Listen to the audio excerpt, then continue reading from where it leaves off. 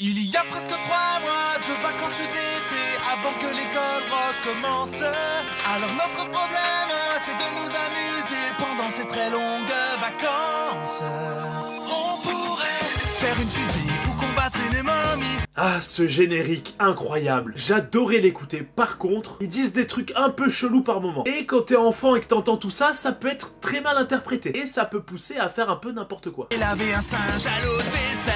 Eh maman, tu sais quoi, j'ai volé un singe et là je suis en train de le laver avec de l'eau de javel, comme ils disent dans mon dessin animé préféré. Mais dans le dessin animé ils disent à l'eau de vaisselle, pas javel. Oh mon dieu, mais d'ailleurs où est-ce que t'as trouvé un singe? On suit donc les aventures de Phineas et Ferb comme le titre, et ils sont pas exactement frères, ils sont demi-frères. Car oui, ça se voit un peu, il y a une petite différence. Il y en a un c'est un triangle et l'autre c'est un tunnel, un couloir, je sais pas. Il y a une petite différence de forme géométrique on va dire. Et pendant les grandes vacances, ils ne savent pas quoi faire. Et vu que c'est en quelque sorte des génies, ben ils vont avoir pas mal d'idées pour pas s'ennuyer. Et on va découvrir ça dès le premier épisode. Alors, Ferb, qu'est-ce que tu veux faire aujourd'hui? Bon, et Perry, qu'est-ce qu'il a envie de faire, Perry?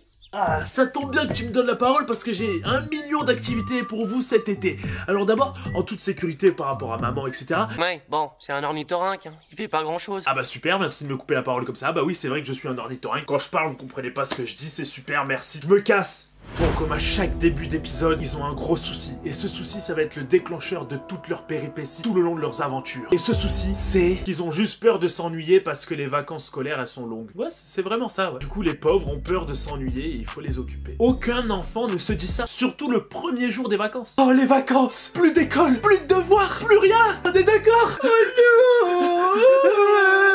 Pas d'école pendant 3 mois. On devrait faire des montagnes russes. Et je parle de vraies montagnes russes, hein. Pas comme celle de la fête foraine de l'autre jour. Veuillez sortir à gauche. Attention, l'attraction commence, les enfants, levez les bras pour la photo. Et c'est pas...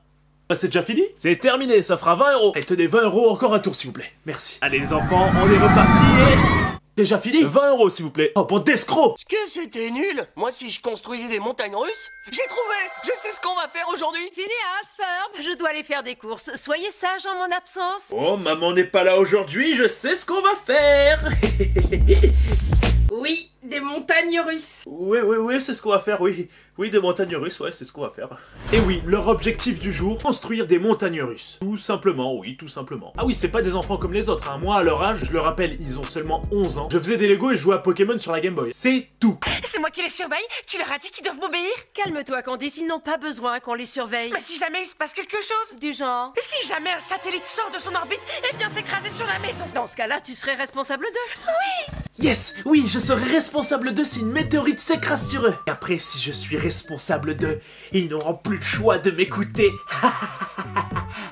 Attends une minute. Est-ce que c'est facile de survivre à une chute de météorite? Oh, ça doit pas casser 3 pattes à un canard. Non, je pense pas, non. Oui, elle est pas très fut-fut, oui. Bah, elle, c'est Candice, leur grande sœur, qu'on peut aussi appeler la grosse balance, la vendue, la collabo. Enfin, il y a encore plein d'autres mots qui pourraient la décrire. Car oui, en effet, son unique objectif, c'est de balancer tout ce que font ses frères. Et tout ça dans l'unique but qu'ils se fassent punir par la daronne. Même dans le générique, elle les balance.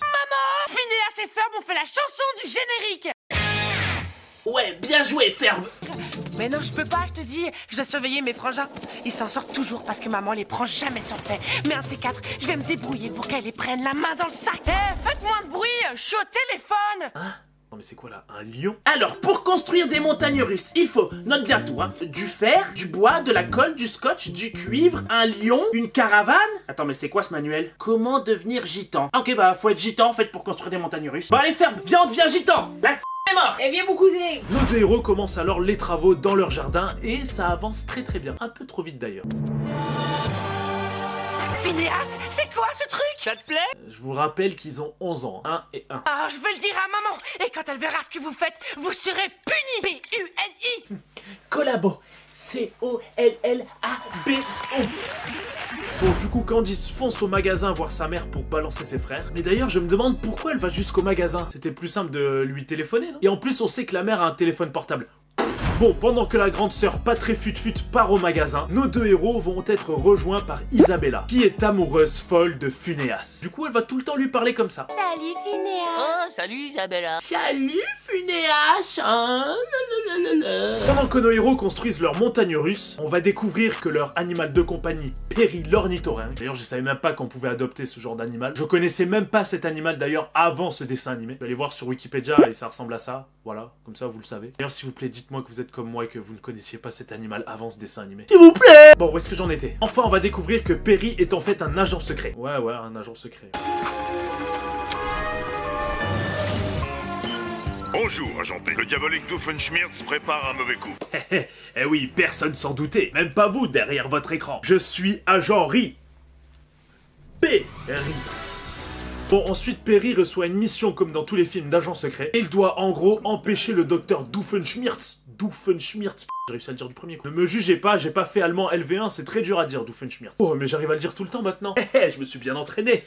Perry part donc arrêter le méchant docteur avec sa voiture volante, parce que les scénaristes se sont dit tant qu'à faire, allons jusqu'au bout du délire. Après avoir fait un ornithorynque agent secret qui porte un chapeau, autant lui donner une voiture volante, on est plus à ça près quoi. Allez, ciao les losers. Elle est où ma caisse?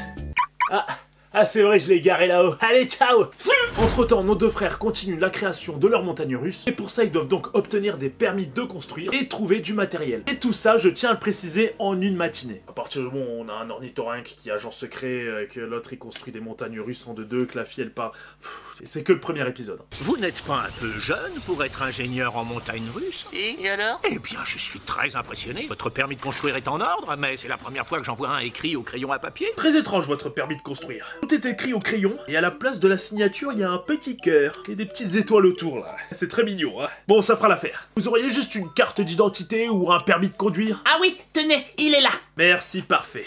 Alors, je crois que tout est en règle, hein. C'est bon. Vous avez tous les permis que vous souhaitez. Ça va, ça se passe bien? J'ai pas besoin de coup de main. Ok. Si vous avez besoin de quoi que ce soit, n'hésitez pas. On peut vous emprunter un de ces gadgets? Cette machine là-bas? Ah oui, pas de soucis, prenez-la. Vous voulez pas prendre ma société aussi, j'en ai marre. Et tant qu'à faire, ma femme, ma maison, mes gosses, mon chien. Prenez tout, s'il vous plaît, prenez. Prenez les enfants, prenez. Vous avez tout le droit. Prenez tout. Tenez, prenez ma moustache aussi. Ah, tenez.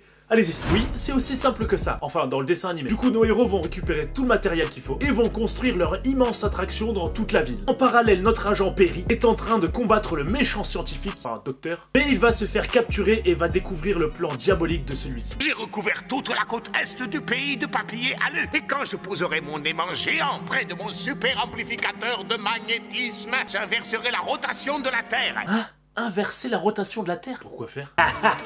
Eh oui, je vais inverser la rotation de la Terre.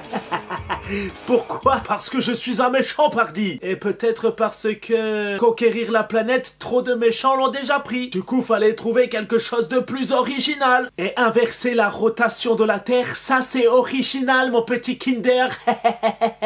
Bon, pendant ce temps, Phineas et Ferb révèlent leur attraction à tous leurs potes.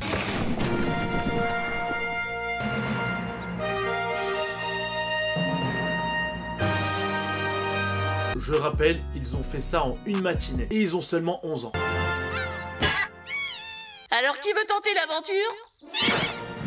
Alors qui veut mourir comme cet oiseau derrière moi?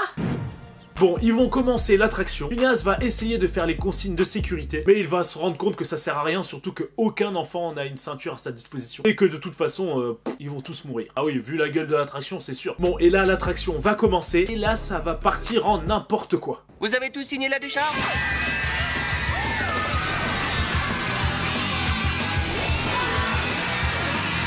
Attendez, mais c'est quoi ces trucs là? C'est ça qui tient les attractions? T'inquiète ça, très bonne qualité, très costaud. Bon après on va découvrir que l'attraction traverse vraiment toute la ville, qu'il y a des loopings dans tous les sens, qu'il y a des serpents, qu'il y a de la boue, qu'il y a un lavage automatique pour wagons, qu'il y a un mec qui fait juste... Et l'attraction continue avec des trucs de plus en plus fous. Ah oui, ils ont clairement créé la meilleure attraction, ils ont fait mieux que Disney. J'aime bien le rappeler, tout ça en une matinée. Et ils n'ont que 11 ans. Je vais arrêter de le rappeler parce que... Entre-temps, le méchant Dr Doofenshmirtz essaie de tirer une ville avec un aimant parce qu'il a recouvert cette ville d'aluminium. Et du coup, il veut aimanter cette ville avec l'aluminium pour inverser le sens de la planète. Je sais plus quoi dire.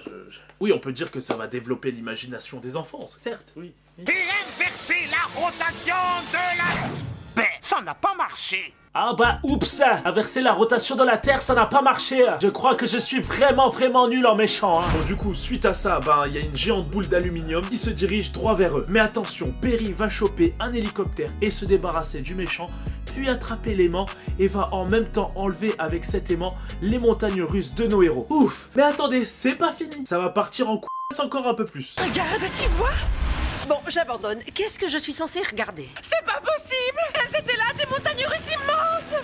Maman! Mais maman, je te dis la vérité! Mes petits frères de 11 ans ont construit les plus grandes montagnes russes du pays dans toute la ville! Et ça en une matinée! C'est clair ce que je te dis, non? Et c'est ça, ma fille, c'est ça. À mon avis, ta rentrée scolaire, tu vas la faire avec des gens en blouse blanche. Tu vas voir, ils sont très gentils.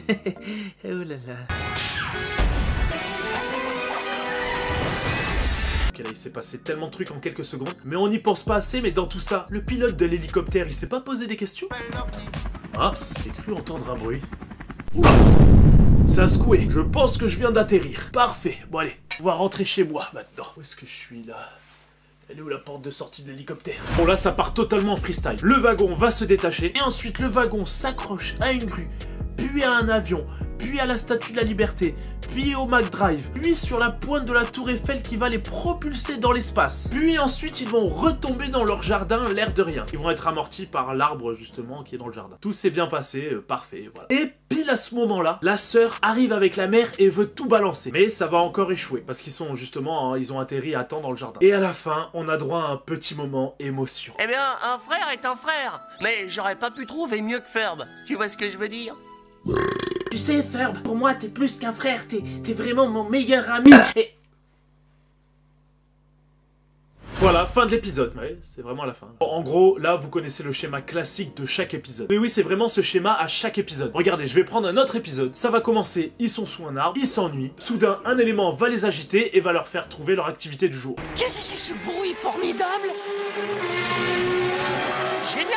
Waouh, comme par magie, du jour au lendemain, un circuit automobile a atterri derrière chez eux. Ok. Et ils vont faire quoi? Ils vont se transformer en Jackie Tuning et ils vont transformer la voiture de la daronne en gros bolide tapeur. Tout ça, bien évidemment, en quelques minutes, ou plutôt, dirais-je, en une matinée. Et bien sûr, ils n'ont que 11 ans. Vas-y, la ferme, j'ai préparé la wagon, j'ai rajouté les nitros et les flammes sur le côté de la caisse. Ah, ça va être lourd, ça. Oh là là, mon cousin, ça va envoyer du steak là.